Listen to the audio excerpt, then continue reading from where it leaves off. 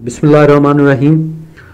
Students, आज हम बहुत ही important and interesting article discuss करने जा रहे हैं, स्पेशल थ्योरी ऑफ रिलेटिविटी। इससे पहले याद होगा कि हमने रिलेटिविटी की बात की। मैंने कल बताया था आपको, the study of the motion associated to one body with respect to another body, इसे हम रिलेटिविटी कहते हैं। और थ्योरी ऑफ रिलेटिविटीज़ मैंने बताया था कि they are two in number one is the general theory of relativity और number two is special theory of relativity. General theory of relativity क्या थी students? The study of the motion associated to a body in a non-inertial frame of reference. यानी हम motion of the objects को study करते हैं जो non inertial frame of reference में होता है। और non inertial frame of reference जिसमें एक्सेलरेशन की वैल्यू स्टूडेंट्स जीरो नहीं होती, इसे हम एक्सेलरेटेड फ्रेम ऑफ रेफरेंस भी कहते हैं। लेकिन स्पेशल थ्योरी ऑफ रिलेटिविटी के वाले से हमने ये बताया था, the study of the motion associated to a body in inertial frame of reference. और इनर्शियल फ्रेम ऑफ रेफरेंस पिछले आर्टिकल में हमने डिस्कस किया था कि जिसमें एक्सेलरेशन जो है वो जीरो के बराबर। अब देखिए, एक्सेलरेशन स्टूडेंट्स दो तरह से जीरो हो सकता है, या तो बॉडी रेस्ट में हो और अगर वो मूव कर रहा हो तो विद यूनिफॉर्म वेलोसिटी के साथ मूव करे, तो उसमें एक्सेलरेशन की वैल्यू जीरो होती है। तो इससे हम नाम देते हैं इनर्शियल फ्रेम ऑफ रेफरेंस का। तो स्पेशल थ्योरी ऑफ रिलेटिविटी जो है ये स्टूडेंट्स है क्या, इसको हमने डिस्कस करना है। स्टूडेंट्स, आपको ये पता होना चाहिए कि 1905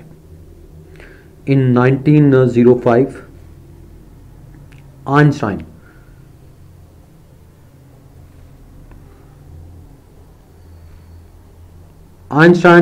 proposed a theory of relativity based on two postulates। यानी आइंस्टाइन को ये क्रेडिट जाता है कि इसने 1905 में ये स्पेशल थ्योरी ऑफ रिलेटिविटी जो है ये इसको प्रपोज किया, और it is based on two postulates। ये टू postulates पे स्टूडेंट्स बेस करती हैं।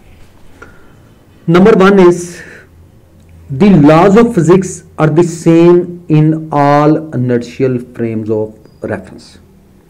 यानी लॉज ऑफ फिजिक्स से मुराद ये है कि Newton's laws of motion as well as Maxwell equations, ये सारे के सारे सेम है in all inertial frame of reference. जैसे मैकेनिक्स में स्टूडेंट्स आप जानते हो कि जैसे आपने पढ़ा है लॉज ऑफ मोशन में, न्यूटन्स लॉज ऑफ मोशन और मैक्सवेल इक्वेशंस की बात कर रहा हूँ।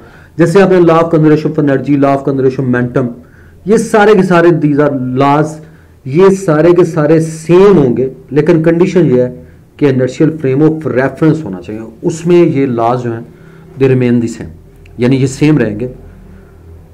That is the postulate number one. And number two is the speed of light in free space is universal constant.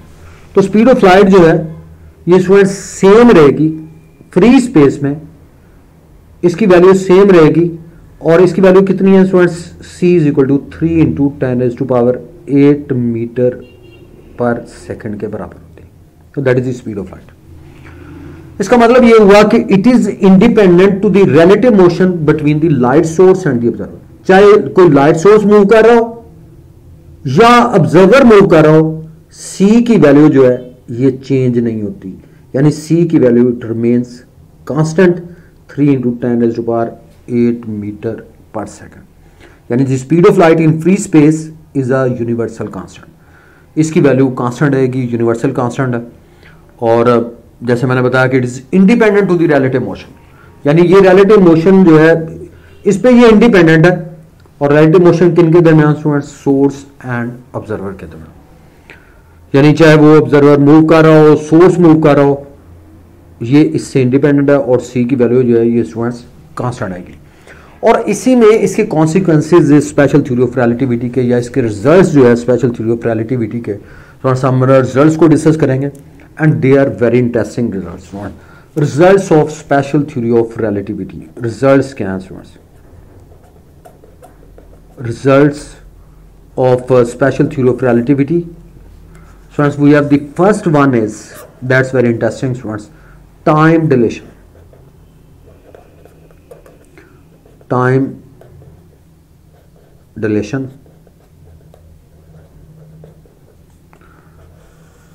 Time dilation का मतलब यह है वक्त का बढ़ जाना।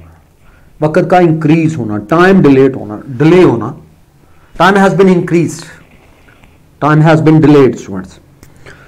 अब स्टूडेंट्स इस पर्टिकुलर केस में हम ये कहेंगे कि सपोज एक ऑब्जर्वर है and it is stationary, rest में है, इनर्शियल फ्रेम ऑफ रेफरेंस में, and measures the time interval between two events in the frames. Event क्या होता है स्टूडेंट्स? अकरिंग समथिंग, यानी इवेंट की डेफिनेशन अगर आप ये कहेंगे, इवेंट क्या होता है? अकरिंग समथिंग, अकरिंग समथिंग, इसे हम इवेंट का नाम देते हैं, इवेंट कहेंगे। यानी आप ये कहते हैं कि एक ऑब्जर्वर है जो stationary in inertial frame of reference में and measures the time interval between two events in this frame, और इस टाइम को हम कहेंगे प्रॉपर टाइम, यानी टी नॉट से नोट करेंगे, एंड टी नॉट क्या है? That is the proper time, इसे हम प्रॉपर टाइम का नाम देंगे, proper time. And if the observer is moving with respect to frame of events with uniform velocity, चाहे कोई ऑब्जर्वर मूव कर रहा है फ्रेम ऑफ रेफरेंस के अकॉर्डिंगली विद वेलोसिटी v, या frame of events is moving with respect to an observer with uniform velocity, that is v, and now we have the new time is here students। इस time जो है अब ये कहेंगे कि अब इन events के दरमियान जो है जो टाइम इंटरवल होगा ये स्टूडेंट्स टी नॉट नहीं होगा, and the new time is here, and it is given by this equation t is equal to t naught over 1 minus v square over c square square root. अब यहां पे देखिए students, यहां पे ये चीज आंसर ने ये रिलेशन जो है ये ड्राइव किया, t is equal to t naught. T naught वो टाइम है कि जब किसी ऑब्जर्वर ने एक इनर्शियल फ्रेम ऑफ रेफरेंस में जब वो रेस्ट में था, उस time time interval between two events that is t naught, और जब ऑब्जर्वर मूव कर रहा है with respect to frame of events v velocity के साथ, या फ्रेम ऑफ इवेंट जो है that is moving with respect to observer with uniform velocity v के साथ मूव कर रहा है, तो देन टी नॉट टाइम नहीं होगा, we have the new time is there, so time is different, and new time t is equal to t naught 1 minus v square over c square के equal होगा। अब students ये देखें, ये time has been increased, ये यहां से ये पता चलता है कि वक्त जो है वो इंक्रीज हो गया, time we have the different timing. तो इसका मतलब ये हुआ कि अगर कोई बॉडी जो है वो रेस्टिंग पोजीशन में या यूनिफॉर्म वेलोसिटी से मूव कर रहा है, तो उस टाइम आप ये कहते हैं कि जैसे रेस्टिंग पोजीशन में है तो टी नॉट, जब वो मूव कर रहा है तो we have the new time is there, I mean so there is difference in time. अब यहां पे स्टूडेंट्स यहां से ये चीज कंफर्म हो जाती है कि अगर कोई body comparable to the velocity of light move करता है तो उस पर्टिकुलर केस में टाइम की वैल्यू जो है वो डिफरेंट होगी। न्यू टाइम जो है जिससे मैंने time has been increase, time की वैल्यू डिफरेंट होगी, और जब वो रेस्ट में है तो we have the different timing. तो हमें यहां पे ये स्टूडेंट्स ये टाइम जो है ये हमें टाइम डिले जो है वो नजर नहीं आता इस जमीन इस अर्थ के ऊपर। अब ये कह सकते हैं, जैसे देखें अगर कोई ऑब्जर्वर जो है प्लेटफॉर्म पे है, वहां पे भी टाइम की वैल्यू सेम है। अगर वो ट्रेन में मूव कर रहा है, ट्रेन इज मूविंग और किसी वेलोसिटी के साथ मूव कर रही है, तो उसमें भी टाइम की वैल्यू सेम नजर आती है। इसकी सिंपल रीजन ये है कि यहां पे हम जिस फ्रेम ऑफ रेफरेंस पे लाई करते हैं वो क्या है? अर्थ है, और अर्थ की वेलोसिटी जो है that is 30 kilometre per second, very very small velocity. तो ये वेलोसिटी जो है ये स्टूडेंट्स बहुत ही कम है, तो यहां पे स्टूडेंट्स टाइम की वैल्यू जो है वो कम है, तो इसलिए आप ये कहते हैं कि उसकी वेलोसिटी जो है, क्योंकि वेलोसिटी कम है, अर्थ की वेलोसिटी कम है as compare to the speed of light. अब स्पीड ऑफ लाइट कितनी है? 3 लाख किलोमीटर पर सेकंड। अब ये टाइम डिलेशन का जो नजरिया है, यानी टाइम डिलेशन वक्त का बढ़ जाना, ये हमें इसलिए नहीं फील होता स्टूडेंट्स कि यहां पे जो भी ऑब्जेक्ट मूव कर रहा है उसकी velocity comparable to the velocity of light के अकॉर्डिंगली बहुत ही कम है, यानी वेलोसिटी ऑफ लाइट से बहुत ही कम है। ये चीजें हम टाइम डिलेशन तब हम ऑब्जर्व करते हैं कि जब कोई भी ऑब्जेक्ट जो है it is moving with the comparable velocity of light, यानी वेलोसिटी ऑफ लाइट के अब ये कहते हैं मोर और लेस उससे comparable to the velocity of light से तो मूव नहीं कर सकता ऑब्जेक्ट, यानी comparable to the velocity of light अगर कोई ऑब्जेक्ट मूव करता है तो ये टाइम जो है टाइम हैज बीन डिलेड, और टाइम जो है वो इंक्रीज हो जाता है। अब टाइम डिलेशन क्यों होता है स्टूडेंट्स? अब ये कह सकते हैं कि कोई भी जैसे केमिकल प्रोसेस है, अब ये कहते हैं फिजिकल प्रोसेस है, जेनेटिकल प्रोसेस है, ये सारे के सारे स्लो डाउन हो जाते हैं जब आप किसी भी ऑब्जेक्ट को with comparable to the velocity of light move करवाते हैं। अब देखिए क्लॉक मूव करता है तो उसमें फिजिकली जो है, फिजिकली उसकी स्पीड जो है वो स्लो डाउन होती है। और इसी तरह हार्ट बीटिंग में जेनेटिकली या केमिकल प्रोसेस में हार्ट बीटिंग जो है वो स्लो डाउन हो जाती है। तो इस तरह से टाइम जो है या time has been delayed, time जो है वो इंक्रीज हो जाता है इन दैट सेंस। तो अब यहां से देखें तो आप ये कह सकते हैं 1 minus v square over c square, ये वाला फैक्टर जो है दैट इज लेस देन 1, ये 1 से क्या है, लेस है। ये देखिए 1 से ये चीज कम हो रही है तो इसका मतलब ये है कि ये लेस देन 1 है। अगर ये लेस देन 1 है, मैं जस्ट समझाने के लिए आपको ये कहता हूं कि लेट्स सपोज इट इज 0.1, क्योंकि 0.1 भी लेस देन 1 है। तो यहां पे अगर आप वैल्यू लगा दें इसकी, so t is equal to t naught over 0.1। अब 0.1 को ऊपर शिफ्ट कर दें तो यहां से पॉइंट को खत्म करें तो ये बन जाता है 10 t naught. So t is equal to 10 t naught. What it shows that कि t जो है that is greater than T naught, कि t की वैल्यू जो है ये टी नॉट से क्या है, ग्रेटर है। और टी नॉट क्या है, ये है प्रॉपर टाइम, और t की वैल्यू जो है ये जब फ्रेम ऑफ रेफरेंस मूव करता है तो उस टाइम t की वैल्यू, ये t को मैंने शो किया हो। So time has been increase, time has been delayed, और ये प्रॉपर टाइम है।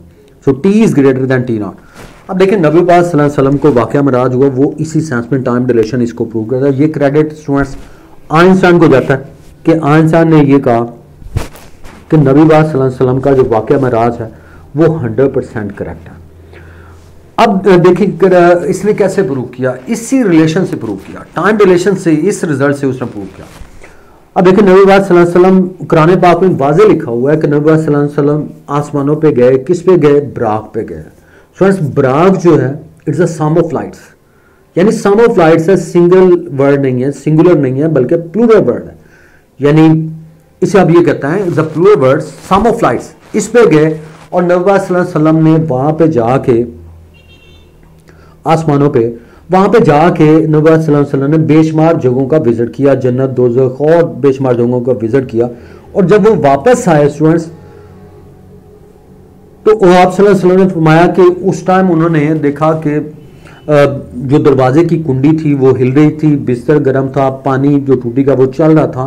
सो आई मीन उस फ्रेम ऑफ रेफरेंस में जो comparable to the velocity of light move कर, तो उस फ्रेम ऑफ रेफरेंस में टाइम हैज बीन डिलेड, वक्त जो है वो इंक्रीज हो जाता है, और वक्त इंक्रीज हो गया, लेकिन इस फ्रेम ऑफ रेफरेंस में टाइम की वैल्यू जो है वो सेम रहे। तो इसका मतलब ये हुआ कि उस फ्रेम ऑफ रेफरेंस में टाइम हैज बीन इंक्रीज्ड, तो इसलिए यहां पे टाइम जो है वो इंक्रीज नहीं हुआ, वो एज इट इज है, क्योंकि यहां पे जो स्पीड ऑफ लाइट के कंपेरेबल वेलोसिटी ऑफ लाइट से ये मूव नहीं कर रहा है, ये frame of reference, its velocity 30 kilometre per second, very very small as compare to the velocity of light, I mean 3 lakh kilometre per second.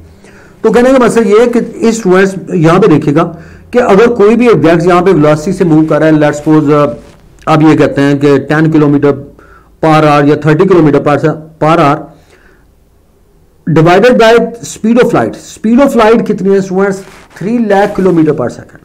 तो इसको अगर आप इस पे डिवाइड करें तो स्टूडेंट्स हमारे पास जो रिलेशन आ जाता है, ये स्टूडेंट्स ये वाला फैक्टर जो है इट बिकम 0, ये 0 के बराबर हो जाता है। मैं जमीन पे बात कर रहा हूं स्टूडेंट्स, तो यहां पे ये वाला फैक्टर जो है यहां पे 1 आ गया, यानी t is equal to t naught over, जैसे मैंने बताया कि स्पीड जो है अगर कोई बॉडी ऑब्जेक्ट मूव कर रहा है 10 किलोमीटर पर सेकंड से, और अर्थ की वेलोसिटी जो है that is speed of light कितनी है, 3 लाख किलोमीटर पर सेकंड, इससे डिवाइड करेंगे तो ये राउंड अबाउट 0 के, अप्रोक्सीमेटली 0 के इक्वल आता है। तो यहां से आप ये कहेंगे कि इस जगह पे हमारे पास जो रिलेशन आ गया t is equal to t naught, तो यहां पे जमीन के ऊपर हमारे पास कोई भी टाइम डिलेशन का ये वाला, इस चीज को हम ऑब्जर्व नहीं कर सकते, यानी t और t naught both are same, ये दोनों सेम रहते हैं स्टूडेंट्स। तो इसे हम कहते हैं टाइम डिलेशन, और इसी में आप ये कहते हैं ट्विन पैराडॉक्स भी, इसकी भी एग्जांपल आप यहां पे दे सकते हैं। ट्विन पैराडॉक्स में क्या है स्टूडेंट्स, फर्ज करें कि दो बच्चे स्टूडेंट्स पैदा होते हैं, टू किड्स, एक इस फ्रेम ऑफ रेफरेंस में लाया जाता है जमीन पे और एक ऐसे फ्रेम ऑफ रेफरेंस में मूव कर जाता है जो फ्रेम ऑफ रेफरेंस मूव कर रहा है comparable with the velocity of light, यानी comparable to the velocity of light से मूव कर रहा है। यानी आप ये कहते हैं कि अगर फर्ज करें कि उस फ्रेम ऑफ रेफरेंस में 95% of the speed of light से अगर मूव कर रहा है, 95% of the speed of light से मूव कर रहा है स्टूडेंट्स, और एक जमीन पे है अर्थ पे और दूसरा ऐसे फ्रेम ऑफ रेफरेंस में चला जाता है जिसमें 95% of the speed of light move करता है। तो स्टूडेंट्स आफ्टर 10 years जमीन पे जो किड होगा, जमीन पे जो बच्चा है, उसकी एज कितनी होगी स्टूडेंट्स? 10 years। और ऐसे फ्रेम ऑफ रेफरेंस में जो 95% ऑफ स्पीड ऑफ लाइट से मूव कर रहा है उसमें एज कितनी होगी? 5 years। और इसी तरह अगर आप उसकी ऐसे फ्रेम ऑफ रेफरेंस में 96% of the speed of light से मूव कर रहे हैं, 4 years। और इस तरह सो ऑन इंक्रीज करते जाएं तो आप ये कहते हैं कि एजिंग प्रोसेस जो है 99 पे 1 year। और आप इसको यूं कह सकते हैं कि अगर आप स्पीड ऑफ लाइट को यानी 95 से सो ऑन इंक्रीज करते जाएं तो एक स्टॉप, एक ऐसा लम्हा पॉइंट आ जाएगा जिसमें एजिंग प्रोसेस स्टूडेंट्स रुक जाएगा, यानी स्लो डाउन हो जाता है।